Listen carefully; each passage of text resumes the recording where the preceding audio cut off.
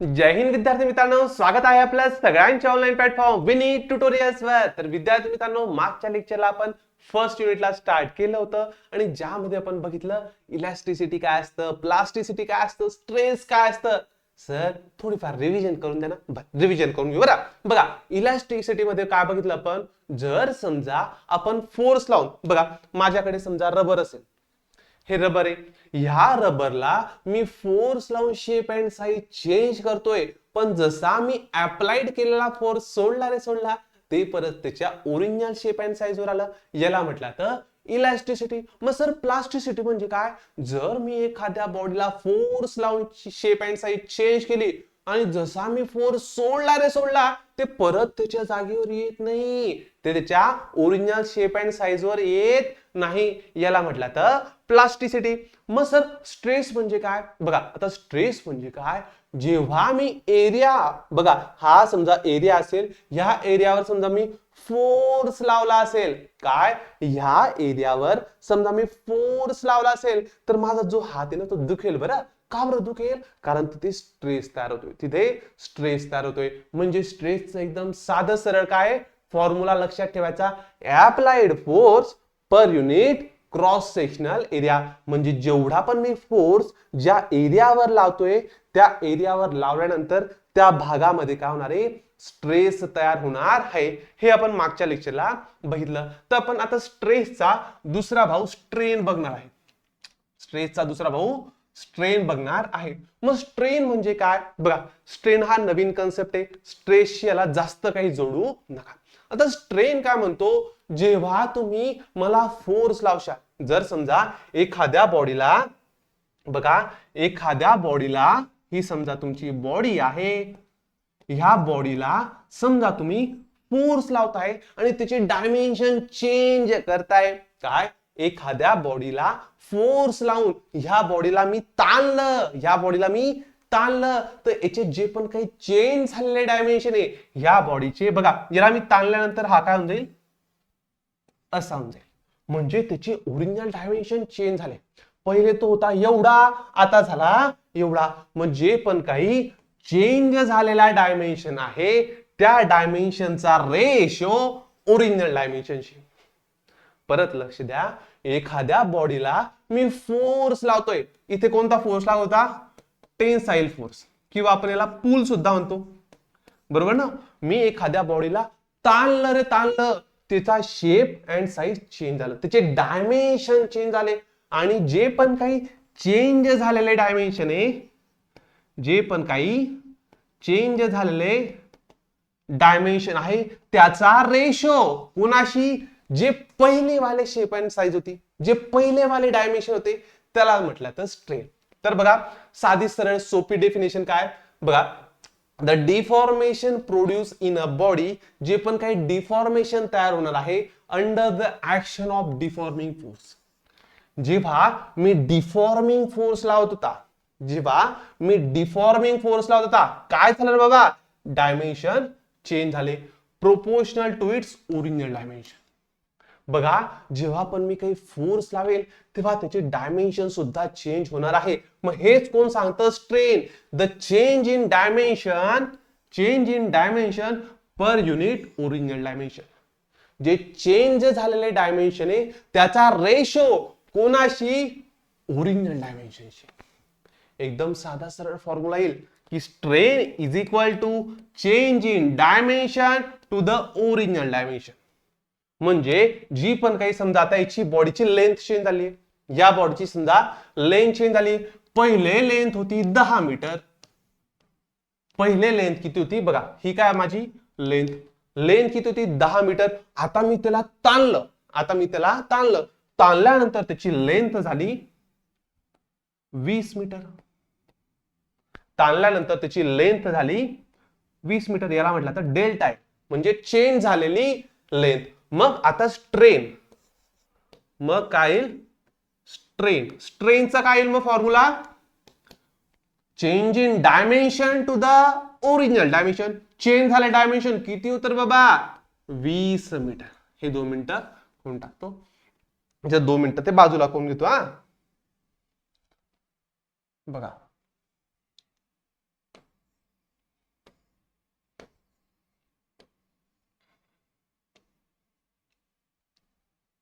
बघा, हे चेंज झालेलं डायमेन्शन 20 मीटर होतं आणि ओरिजिनल डायमेन्शन किती होतं रे? 10 मीटर होतं. काय होतं? 10 मीटर. 10 एक 10, 10 दुने 20. Meter meter cancel. बघा, हे मीटर द्यायची एक मेन गोष्ट काय माहिती का? मीटर इकडनं बिकट, इकडनं बिकट, म्हणजे स्ट्रेन हॅज नो युनिट. फक्त काय येईल? एक छोटीशी मॅग्निट्यूड जी आली 2. मग तुमचा स्ट्रेन काय येणार आहे? 2 येणार आहे. आणि याला युनिट नाही, कारण वरचा मीटर खालचा मीटर कट, वरचा मीटर खालचा मीटर कट, त्यामुळे इट हॅज नो युनिट. आणि युनिट नसले म्हणजे डायमेन्शन सुद्धा नसणार. युनिट नाही म्हणजे डायमेन्शन सुद्धा नसणार. जे आपण बघितलं ना LMT वाले, ते सुद्धा स्ट्रेनला नसणार आहे. तर बघा, स्ट्रेन समजलं असेल. आता या स्ट्रेनचे सुद्धा 3 प्रकार पडतात. जसं स्ट्रेसचे 3 प्रकार होतात ना, कोणता कोणता होता? टेन्साइल स्ट्रेस, व्हॉल्यूमेट्रिक स्ट्रेस आणि नंतर होता शिअरिंग स्ट्रेस. तसंच स्ट्रेनचे सुद्धा 3 टाइप आहे. कोणते? पहिला आहे टेन्साइल स्ट्रेन. मग टेन्साइल स्ट्रेन म्हणजे काय? नावातच आहे, टेन्साइल फोर्स लावल्यानंतर लेंथ चेंज होणार आहे. टेन्साइल फोर्स लावल्यानंतर जी पण काही बॉडीची लेंथ चेंज होणार आहे. मग तेच चेंज इन लेंथ. बघा, हा रेशो कोणाचा आहे? चेंज झालेल्या लेंथचा. कोणाशी बाबा? मागच्या याच्यात काय आलं? ओरिजिनल लेंथशी. ओरिजिनल लेंथशी, ओरिजिनल लेंथची. जर समजा आपण याच्यामध्येच बघितलं, आपण लेंथचं एक्झाम्पल घेतलं ना. लेंथ माझी होती पहिले 10 मीटर, नंतर मी त्याला लावला टेन्साइल फोर्स. कोणता फोर्स लावला मी? Tensile force. आणि टेन्साइल फोर्स मुळे त्याची लेंथ काहीतरी चेंज झाली, लेंथ काहीतरी चेंज झाली. मग जी चेंज झालेली लेंथचा रेशो त्याच्या ओरिजिनल लेंथशी. तर उत्तर किती आलं होतं आपलं? 2. तर हेच असतं आपलं टेन्साइल स्ट्रेन. किती सोपं आहे. मला सांगा, टेन्साइल स्ट्रेनला पण युनिट येईल का? नाही, टेन्साइल स्ट्रेनला युनिट येणार नाही. फक्त यामध्ये एक गोष्ट लक्षात ठेवायची की हे टोटली डिपेंड आहे त्याच्या लेंथवर. टेन्साइल स्ट्रेन डिपेंड आहे त्याच्या लेंथवर. बस, बाकी दुसरं स्ट्रेन मध्ये काहीच पाठ करायचं नाही. पहिलं काय? Change in length to the original length किंवा increase in length to the original length. चला, इट हॅज नो युनिट. हे पाठ ठेवा. पाठ ठेवायची गरजच नाही. कॉन्सेप्ट एकदा समजला का? कारण वरती सुद्धा मीटर, खालती सुद्धा meter, meter meter get cancel, त्यामुळे याला कोणत्याच प्रकारचं युनिट राहत नाही. चला, नेक्स्ट आहे व्हॉल्यूम स्ट्रेन. बघा, जसं मागच्या ह्याच्यात व्हॉल्यूम स्ट्रेन होतं ना, सेम आहे. एखाद्या गोष्टीला कॉम्प्रेस केलं, एखाद्या गोष्टीला पुश केलं, कॉम्प्रेस केलं, आणि त्याचा जो पण काही व्हॉल्यूम होता, तो कमी झाला. आता समजा ह्या इथे व्हॉल्यूम असेल समजा 100 मीटरचा क्यूब. व्हॉल्यूम मीटर क्यूब मध्ये असतो. आता याला समजून घ्या 3D डायग्राम आहे. ही समजा 3D डायग्राम आहे. आणि ह्या 3D डायग्रामला बघा, आता मी काय केलं? इकडनं बी कॉम्प्रेस केलं, इकडनं बी कॉम्प्रेस केलं, इकडनं बी कॉम्प्रेसिव्ह फोर्स लावला, इकडनं पण कॉम्प्रेसिव्ह फोर्स झाला. याचे डायमेन्शन कशा प्रकारे चेंज होईल? तर याच्या व्हॉल्यूम नुसार. हा जो मोठा काय होता? जो रेक्टँगल होता, जो मोठा क्युबॉइड होता किंवा क्यूब होता. आता क्यूब तर रेक्टँगलच होतो. तर याला जेव्हा मी पुश केलं तेव्हा याचा व्हॉल्यूम चेंज झाला. आणि जसा व्हॉल्यूम चेंज झाला म्हणजे हा 100 मीटर क्यूब आहे ना, आता झाला 50 मीटर. का बरं झाला? कारण मी याच्यावर कॉम्प्रेसिव्ह फोर्स लावलेला आहे. मग काय रे बाबा? Compressive strain is equal to काय बाबा? चेंज झालेला volume to the original value. Change झालेला volume to the original volume. किती रे बाबा? 50 झाला सर. 50 मीटरचा क्यूब. पहिले किती होता? 100 मीटरचा क्यूब. देऊन द्या. बघा मीटर क्यूब केट कॅन्सल. 50 एक 50, 50 दुने 100 म्हणजे 0.5. माझा स्ट्रेन किती आला? माझा स्ट्रेन आला 0.5. युनिट नाही तर डायमेन्शन सुद्धा राहणार नाही. बघा फोर्स लावला रे लावला, व्हॉल्यूम पहिले एवढा होता, पहिले व्हॉल्यूम एवढा होता. जसा मी फोर्स लावला व्हॉल्यूम कमी झाला आणि किती झाला? हा एवढा व्हॉल्यूम होऊन गेला. नंतर व्हॉल्यूम एवढाच होऊन गेला. हा जो दिसतोय ना तेवढाच होऊन गेला. मग जो पण काही चेंज झालेला व्हॉल्यूम आहे त्याचा रेशो ओरिजिनल व्हॉल्यूमशी, याला म्हटलं तर व्हॉल्यूम स्ट्रेन. सोपं आहे. याच्यामध्ये फक्त लक्षात ठेवा व्हॉल्यूमचा खेळ आहे. कोणाचा खेळ आहे? व्हॉल्यूमचा. Change in volume to the original value. Change in volume to the original value. It has no unit. याला सुद्धा युनिट नसणार आहे. आता जाऊ आपण शिअरिंग स्ट्रेस. Shearing strain. आता शिअरिंग स्ट्रेन म्हणजे सर इथं काय चेंज होतं? इथं बघा शिअरिंग स्ट्रेन काय होतो? माझ्यामध्ये लेंथ पण चेंज होत नाही, व्हॉल्यूम पण चेंज होत नाही. मग सर काय चेंज होतं? तर याच्यामध्ये चेंज होतं शेप. लक्षात ठेवा शिअरिंग स्ट्रेन मध्ये फक्त आणि फक्त शेप चेंज होणार आहे. व्हॉल्यूम जसाच्या तसा, लेंथ जशीची तशी, फक्त चेंज होईल त्याची शेप. चेंज होईल त्याची शेप. याचा फॉर्म्युला थोडाफार वेगळा आहे. याचा फॉर्म्युला नॉर्मल असा नाहीये. याचे फॉर्म्युले सोपे होते. Change in volume to the original value, change in length per unit original length. याच्यामध्ये तसं नाहीये. याच्यामध्ये काय, जेव्हा मी टँजेन्शियल फोर्स लावतो तेव्हा बॉडी लॅटरल डिस्प्लेसमेंट होते. बॉडी काय होते? लॅटरल डिस्प्लेसमेंट म्हणजे काय? पहिले इथे होता ए, नंतर झाला इथे. ए ची पोझिशन पहिले इथे होती, आता होऊन गेली इथे. याला म्हटलं तर लॅटरल डिस्प्लेसमेंट. बाजूला सरकणे याला म्हटलं तर लॅटरल डिस्प्लेसमेंट. वरनी खाली फक्त काय? बाजूला. इथे कोणत्याच प्रकारचं कॉम्प्रेशन होणार नाहीये, इथे कोणत्याच प्रकारचं इलॉंगेशन होणार नाहीये. इथे फक्त काय होणार आहे? Lateral displacement. पहिले बॉडी आपली ही होती, नंतर बॉडी आपली ही होणार आहे. मग हे जे पण काही लॅटरल डिस्प्लेसमेंट झालेलं आहे ना, त्याचा रेशो कोणाशी? Distance from the fix layer. हे जे पण काही डिस्टन्स असतं कुठून? डी पासून ए पर्यंत. बघा हा रेशो कोणाचा आहे? जे पण काही लॅटरल डिस्प्लेसमेंट आहे. लॅटरल डिस्प्लेसमेंट कुठे आलं इथे? बघा इथे फॉर्म्युला काय राहणार आहे? ही तुमची होती पहिले बॉडी, हा होता फिक्स सरफेस, म्हणजे बॉडी इथून सरकणार नाही. मी लावला टँजेन्शियल फोर्स. कोणता force? Tangential force. Tangential force म्हणजेच शिअर फोर्स. जसा मी टँजेन्शियल फोर्स आला, बॉडी काय करेल? त्याचा शेप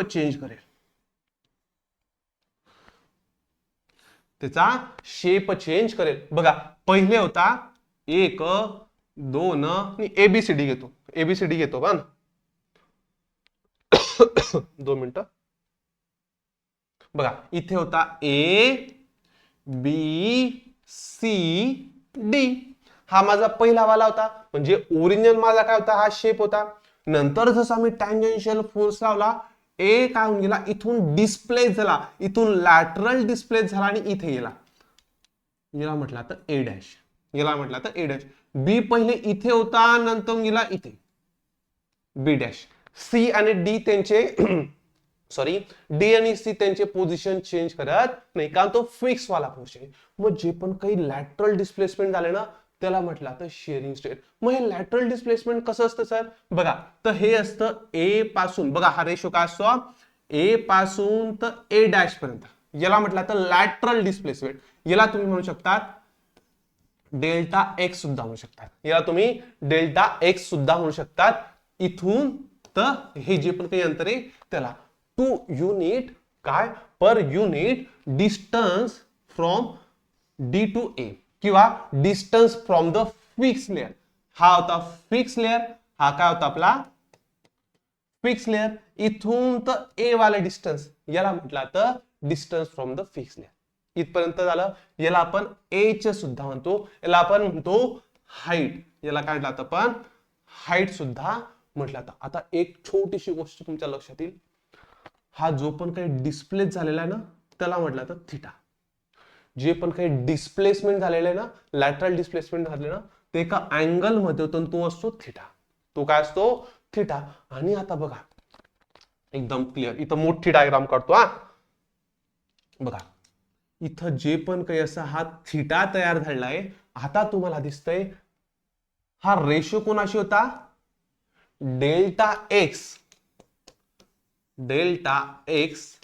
पर युनिट हाईट. इथपर्यंत क्लिअर आहे. आता तुम्ही व्यवस्थित बघा, थिटाच्या opposite side is equal to delta X. Opposite side थिटाच्या ऍडजसंट साइड म्हणजे एच. थिटाच्या ऍडजसंट साइड, थिटाच्या बाजूची साइड जिला आपण म्हटलं तर ऍडजसंट साइड.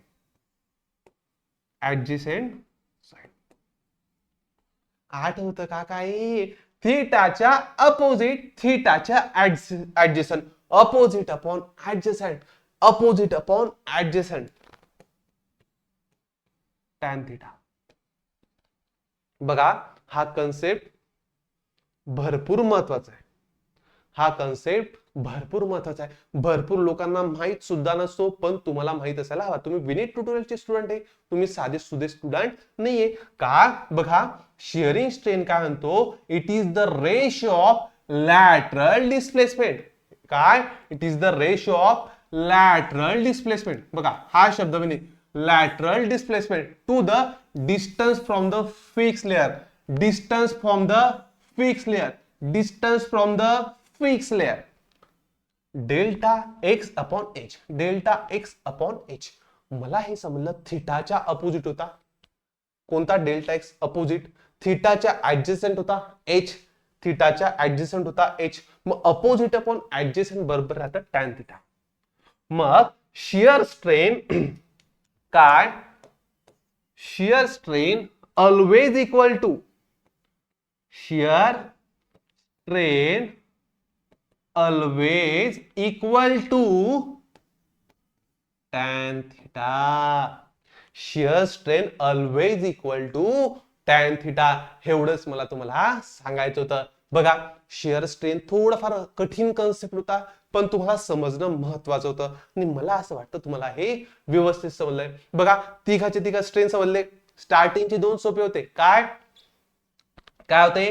टेन्साइल स्ट्रेन म्हणजे लेंथ चेंज केली, टेन्साइल फोर्स काय केलं मी, लेंथ चेंज केली. मग ती जी पण काही चेंज वाली लेंथ होती किंवा इन्क्रीज वाली लेंथ होती याचा रेशो ओरिजिनल लेंथशी.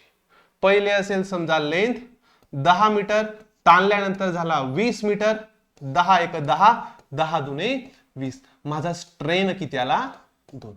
याला युनिट का नसते बाबा? कारण वरती पण असतो मीटर, खालती पण असतो मीटर. मीटर मीटर कॅन्सल होऊन जाता, मीटर मीटर कॅन्सल होऊन जाता, त्यामुळे इट हॅज नो युनिट. 100% एक प्रश्न या युनिटवर तुम्हाला कन्फ्युज करेल याच्यात की शियर स्ट्रेन असेल, टेन्साइल स्ट्रेन असेल, यांना युनिट असतं का म्हणे? तर यांना युनिट नसतं. का? तर तुम्हाला आता माहिती आहे. व्हॉल्यूम स्ट्रेन म्हणजे काय? चेंज इन व्हॉल्यूमचा रेशो ओरिजिनल व्हॉल्यूमशी. याला सुद्धा युनिट नसतं. युनिट नाही म्हणजे डायमेन्शन सुद्धा नाहीये. चला नेक्स्ट होता आपला शेअरिंग स्ट्रेन. थोडंफार कठीण होतं पण समजलं असेल तुम्हाला. आता जाऊ आपण काय? Elastic limit. आता काय आपलं इलास्टिक लिमिट. इलास्टिक लिमिट म्हणजे आता एकदम बघा 2 मिनिटं शांत ठेवा डोकं. बघा प्रत्येक गोष्टीची लिमिट असते. एखाद्या गोष्टीला मी फोर्स लावून काय करतोय, त्याचं शेप अँड साईज चेंज करतोय आणि ते परत त्याच्या जागेवर येतं, याला म्हटलं तर इलास्टिक बॉडी किंवा इलास्टिसिटी. पण याची सुद्धा एक लिमिट असते. इलास्टिक बॉडी काय म्हणतोय, भाऊ माझी सुद्धा काहीतरी लिमिट आहे. मला तू एका लिमिट पर्यंतच ताणू शकतो, मला तू एका लिमिट पर्यंतच ताणू शकतो. त्या लिमिटच्या पुढे मला ताणलं मी माझं काम सोडून देईल, मी माझ्या परत जागेवर येणं बंद करून देईल. काय इलॅस्टिक लिमिट म्हणजे काय? जर एखाद्या बॉडीला आपण ताणलं रे ताणलं, त्या एका लिमिटच्या जर पुढे ताणलं की ते परत त्याच्या ओरिजिनल शेप अँड साईज वर येत नाही. बघा आता माझ्याकडे स्प्रिंग नव्हती, पण हे बघा, हे छान एक्झाम्पल बघा. इलॅस्टिक लिमिट कशी क्रॉस होते ते बघा. ताणलं, फोर्स लावला, फोर्स सोडला, जागेवर आला. फोर्स अप्लाइड केला, रिमूव्ह केला, regain it's original shape and size. Elastic body, हा बॉडीला फोर्स लावला, चेंज झालं डायमेन्शन, फोर्स सोडला, परत regain it's original shape and size. Force me लावला इलॅस्टिक लिमिटच्या बाहेर, फोर्स लावला मी इलॅस्टिक लिमिटच्या बाहेर, सोडलं, जागेवर आला नाही, म्हणजे मी इलॅस्टिक लिमिट क्रॉस केली. मी ह्या बॉडीची इलॅस्टिक लिमिट क्रॉस केली. म्हणजे काय केलं मी? इलॅस्टिक लिमिटच्या पुढे जरी फोर्स लावला तर तो काय म्हणतो, आता मी माझ्या जागेवर येणार नाही, त्यालाच म्हटलं तर इलॅस्टिक लिमिट. बघा हे वाचायची सुद्धा गरज नाही, तुम्हाला कन्सेप्ट एकदम समजून गेला असेल. Elastic limit is the maximum limit of stress or force. Elastic limit एखाद्या बॉडीची, एखाद्या मटेरियलची अशी कंडिशन आहे ज्या कंडिशनवर आपण मॅक्सिमम फोर्स लावू शकतो. आणि बघा लावल्यानंतर का तर which a material return to its original shape and size. तो काय करू शकतो? त्याच्या ओरिजिनल शेप अँड साईज वर येऊ शकतो. केव्हापर्यंत? ज्या मॅक्सिमम लिमिट पर्यंत आपण जातो. पण लिमिटच्या क्रॉस झालं रे झालं, लिमिटच्या क्रॉस झालं रे झालं. बघा काय होईल, after the removal of the force. काय जर आपण लिमिट पर्यंत, त्याच्या एखाद्या लिमिट पर्यंत त्याला ताणतोय आणि त्याला सोडतोय, तर तिथं जागेवर येऊन जाईल, तिथं त्याच्या जागेवर येऊन जाईल. याला म्हटलं तर इलॅस्टिसिटी. पण when a material is stress below this point, जर मी त्या लिमिटच्या, मी त्या कुठे गेला, या लिमिटच्या क्रॉस गेला, परत जागेवर येणार नाही. आता ही काय होऊन गेली? परमनंट डिफॉर्मेशन गेली, परमनंट डिफॉर्मेशन होऊन गेली. जो पण त्याला मी फोर्स लावणार नाही तोपर्यंत त्याचा ओरिजिनल शेप अँड साईज येणार नाही. बघा आता मी फोर्स लावलो तेव्हा कुठे तो त्याच्या जागेवर आला, पण पहिले त्याच्याकडे कोणती प्रॉपर्टी होती माहिती का? आपण विदाउट फोर्स लावता तो त्याच्या ओरिजिनल शेप अँड साईज वर येत होता. बघा आता परत बघा, एक लिमिट आहे, सोडली, परत जागेवर आली. एक लिमिट आहे, परत सोडली, त्याच्या जागेवरून गेली. लिमिटच्या वरती गेला, आता जागेवर येणार नाही. याला म्हटलं तर elastic limit. When a material is stress below this point, ह्या पॉइंटच्या मी अजून जास्त त्याला ताणलं तर काय होऊन जाईल? इट विल रिटर्न टू, बघा it will return to its original shape and size when the stress is remove. बघा त्यांनी काय म्हटलंय, एखाद्या गोष्टीला जर तुम्ही ताणलं तर ते परत त्याच्या ओरिजिनल शेप अँड साईज वर येतं. पण इथे लिहिलेलं आहे बघा, however if the stress exceed the elastic limit, जर आपण स्ट्रेस किंवा फोर्स खूप जास्त लावला, त्या इलॅस्टिक लिमिटच्या एक्सीड गेलं, एक्सीड म्हणजे बाहेर गेलं, तर काय होईल? It will undergoes permanent or plastic deformation. त्या ठिकाणी परमनंट डिफॉर्मेशन होऊन जाईल किंवा प्लास्टिक बॉडी. बघा आता काय होऊन गेली ती प्लास्टिक बॉडी, काय होऊन गेली? Plastic body. म्हणजे जसं तुम्ही वाकूशाल तशी होऊन जाईल. का? कारण आता मी याची इलॅस्टिक लिमिट क्रॉस करून टाकली. तेच काय सांगतं इलॅस्टिक लिमिट. बघा स्ट्रेस स्ट्रेनची डायग्राम आहे, ही स्ट्रेस स्ट्रेनची डायग्राम आहे, भरपूर मोठी डायग्राम आहे. इथं छोटीशी घेतली, इथे साधी सरळ सोपी घेतली. स्ट्रेस स्ट्रेन डायग्राम बघू ना, तेव्हा ह्याच डायग्रामला अजून व्यवस्थित बघू. आता सोपं सोपं बघू. बघा हा पॉइंट असतो इलॅस्टिक लिमिट, हा जो हिरवा वाला दिसतो ना तो आहे इलॅस्टिक लिमिट. ह्या पॉइंट पर्यंत जर तुम्ही एखाद्या गोष्टीला ताणताय ना, तो परत त्याच्या जागेवर येईल. ह्या पॉइंट पर्यंत जर तुम्ही एखाद्या गोष्टीला ताणताय ना, तो परत त्याच्या जागेवर येऊन जाईल. पण त्याच्या पुढे जर ते गेलं रे गेलं, त्याला अजून तुम्ही ताणलं रे ताणलं, त्याची इलॅस्टिक लिमिट तुम्ही काय करतायत? क्रॉस करतायत. आणि त्यावेळेस तो त्याच्या जागेवर येत नाही आणि त्या ठिकाणी चालून जातं प्लास्टिक डिफॉर्मेशन. त्या ठिकाणी काय होऊन जातं? Plastic deformation. आणि ह्याच इलॅस्टिक लिमिटचा काय केला अभ्यास एका माणसाने केला, त्याचं नाव होतं हुक. त्याचं नाव होतं हुक. मग त्याने एक लॉ तयार केला. त्याने काय तयार केला? एक लॉ तयार केला आणि नाव दिलं त्याला हुक्स लॉ. मग हुक्स लॉने काय सांगितलं, एखाद्या बॉडीवर मी स्ट्रेस लावला, बघा एखाद्या बॉडीला मी फोर्स लावत होता तेव्हा बघा with in the elastic limit, बघा ही इलास्टिक लिमिट आहे, ही काय आहे, 2 मिनिट बघा, ही काय त्याची इलास्टिक लिमिट, इलास्टिक लिमिट. मग हुक्सने काय सांगितलं माहिती का, with in the elastic limit, with in the elastic limit, elastic लिमिटच्या आत काय, बघा भरपूर महत्वाचा लॉ आहे बरं. हुक लॉ काय म्हणतो, with in the elastic limit, elastic लिमिटच्या आत, इलास्टिक लिमिटच्या आत stress is directly proportional to the strain. म्हणजे इलास्टिक लिमिटच्या आत जसा जसा स्ट्रेस वाढत जाईल तसा तसा स्ट्रेन सुद्धा वाढत जाईल. खोटं वाटतंय, बघा बघा ह्या पॉइंट पर्यंत मी ताणलं, स्ट्रेस वाढला, स्ट्रेन वाढला, इथपर्यंत मी ताणलं, स्ट्रेस वाढला, स्ट्रेन वाढला. म्हणजे ह्या पॉइंट पर्यंत जसा जसा स्ट्रेस वाढेल ना तसा तसा स्ट्रेन वाढेल.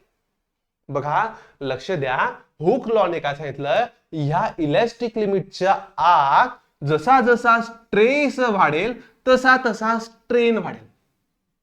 म्हणजेच याचा फॉर्म्युला येईल, त्याने काय सांगितलं हुक लॉने की with in elastic limit, within elastic limit stress is directly proportional to the strain. आपण जाऊ तिकडे जाऊ, पहिले इथे समजून घ्या नंतर आपण तिकडे आरामात जाऊ. हुक लॉने काय म्हटलं, with in the elastic limit, elastic लिमिटच्या आत जसा जसा स्ट्रेस वाढेल तसा तसा स्ट्रेन सुद्धा वाढेल. पण आता पुढची कंडिशन तर माहितीये, बघा इलास्टिक लिमिटच्या जसं तुम्ही बाहेर जाशाल ना, बघा फक्त स्ट्रेन वाढतोय, फक्त काय होतोय, स्ट्रेन वाढतोय, स्ट्रेन तुमचा वाढतो. बघा हा इथे स्ट्रेन एवढा होता, इथे स्ट्रेन एवढा होता, इथे स्ट्रेन एवढा होता, पण स्ट्रेस बघा, स्ट्रेस वाढणं बंद होऊन गेलेलं आहे, स्ट्रेस वाढणं बंद होऊन गेलंय. त्यामुळे हुकने बरोबर सांगितलं होतं, फक्त आणि फक्त इलास्टिक लिमिट पर्यंतच, इलास्टिक लिमिट पर्यंतच stress is directly proportional to the stress, stress is directly proportional to the strain. चला मग हुकने काय सांगितलं, it is state that when a material is loaded with in the elastic limit. हा शब्द भरपूर महत्वाचा आहे, काय with in the elastic limit. Interview असो, तुमची येणारी ओरल असो, बघा हा हुक लॉ फक्त इथेच नाही, मेकॅनिक्स मध्ये सुद्धा असणार आहे, सॉम मॉस मध्ये सुद्धा असणार आहे. मग ही इलास्टिक लिमिटच्या आत, इलास्टिक लिमिटच्या आत stress is directly proportional to the strain. Stress वाढवा स्ट्रेन वाढेल, स्ट्रेन वाढवा स्ट्रेस वाढेल. तर याचा फॉर्म्युला काय होता, stress is directly proportional to the strain. मग याने परत अभ्यास केला, ज्याने परत अभ्यास केला. जर आता तुम्ही खरंच व्यवस्थित अभ्यास करणारे विद्यार्थी असाल तर तुम्हाला माहितीये, हा जो डायरेक्टली प्रोपोर्शनलचा सिम्बॉल आहे ना, त्या सिम्बॉलला मला कॅन्सल करायचं आहे. तुम्ही बघा उत्तर सांगा मला, उत्तर तुम्ही सांगा, मला समजेल काय. जेव्हा मला हा डायरेक्टली प्रोपोर्शनलचा सिम्बॉल कट करायचा आहे तर मला काय ऍड करावं लागतं, काय ऍड करावं लागतं, एखादी कॉन्स्टंट. सांगतो बघा, समजा माझं रिलेशन काय होतं, stress is directly proportional to the strain. काय, with in the elastic limit stress is directly proportional to the strain.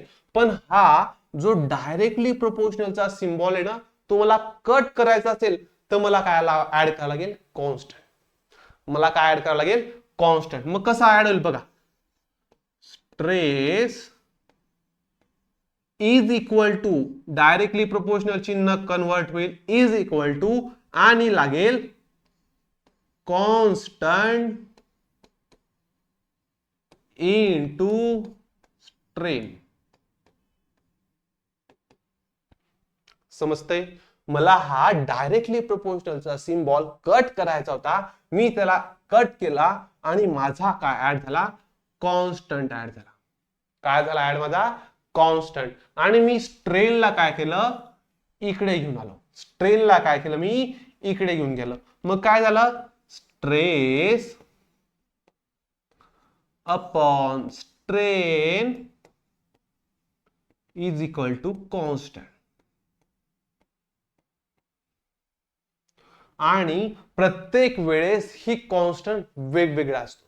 प्रत्येक वेळेस म्हणजे जसं की हुक लॉ साठी वेगळा असेल, नंतर अजून आपण बघा फिजिक्स मध्ये बघितलं होतं कोणता, इनव्हर्स लॉ ऑफ करंट, त्या ठिकाणी कॉन्स्टंट वेगळा होता. तर या ठिकाणी ह्या कॉन्स्टंटची किंमत की ह्या कॉन्स्टंटला म्हटला तर modulus of elasticity. Modulus of elasticity जो आपला येणारा कन्सेप्ट राहणार आहे. बघा हे सांगायचं तुम्हाला काय वाटतंय, हे मी तुम्हाला असंच सांगतोय का, अरे बाबा महत्वाचं आहे ते, stress is directly proportional to the strain हे सांगितलं हुकने, पण त्याने व्यवस्थित बघितलं मला डायरेक्टली प्रोपोर्शनल सिम्बॉल लागत नाही, त्याला मी कट केला. जसा मी याला कट केला कॉन्स्टंट ऍड होऊन गेला. काय होऊन गेला, कॉन्स्टंट ऍड होऊन गेला. स्ट्रेनला मी आणलं इकडं, स्ट्रेस अपॉन स्ट्रेन झाला. मग ह्या कॉन्स्टंटला नाव दिलं मॉड्युलस ऑफ इलास्टिसिटी. ही काय असते, कशी असते, हे आपण नेक्स्ट लेक्चर मध्ये, याचे सुद्धा भरपूर टाइप आहे, ते सुद्धा बघू. तर आता बघून घ्या, this constant depend upon the material of the body. हा जो पण काही कॉन्स्टंट आहे ना, तो प्रत्येक मटेरियल सुद्धा साठी वेगळा असणार आहे. And the type of the strain, it is the called coefficient of elasticity. इतकं काही महत्वाचं नाही, फक्त एक लक्षात ठेवा, मॉड्युलस ऑफ इलास्टिसिटी म्हणजे is equal to stress upon strain, is equal to stress upon stress. एवढंच लक्षात ठेवा. आपण जाऊ पुढे, याचे टाइप्स आहे ते सुद्धा आपण बघू. आता याचं युनिट काय राहिलं बाबा, याचं फॉर्म्युला काय आहे बघा. हे जे पण काही modulus of elasticity, modulus of elasticity formula काय राहायचा, stress upon strain, stress upon strain. आता याचं युनिट काढा. स्ट्रेसचं युनिट काय रे बाबा, स्ट्रेसचं युनिट आहे sir Newton per metre square. स्ट्रेसचं unit काय, न्यूटन पर मीटर स्क्वेअर. आता स्ट्रेनचं युनिट जो सांगितलं त्याला कोर्स फ्री. स्ट्रेनचं युनिट कोण काय असतं ना, हे जो सांगेल ना त्याचा हा कोर्स फ्री. सर काही पण मजा घेता का सर, हो. जर तुम्ही स्ट्रेनचं युनिट सांगत असाल तुमच्यासारखा मूर्ख, तुम्ही आत्ताच तर झालं, strain has no unit, strain has no unit, म्हणजेच मॉड्युलस ऑफ इलास्टिसिटीचं फायनल युनिट येईल न्यूटन पर मीटर स्क्वेअर. काय, मॉड्युलस ऑफ इलास्टिसिटीचा फायनल युनिट काय ना तुमचं, न्यूटन पर मीटरचा स्क्वेअर. याचे डायमेन्शन सेम येणार आहे जे आपले स्ट्रेसचे आले होते, कारण स्ट्रेनला तर युनिट नाहीच आहे.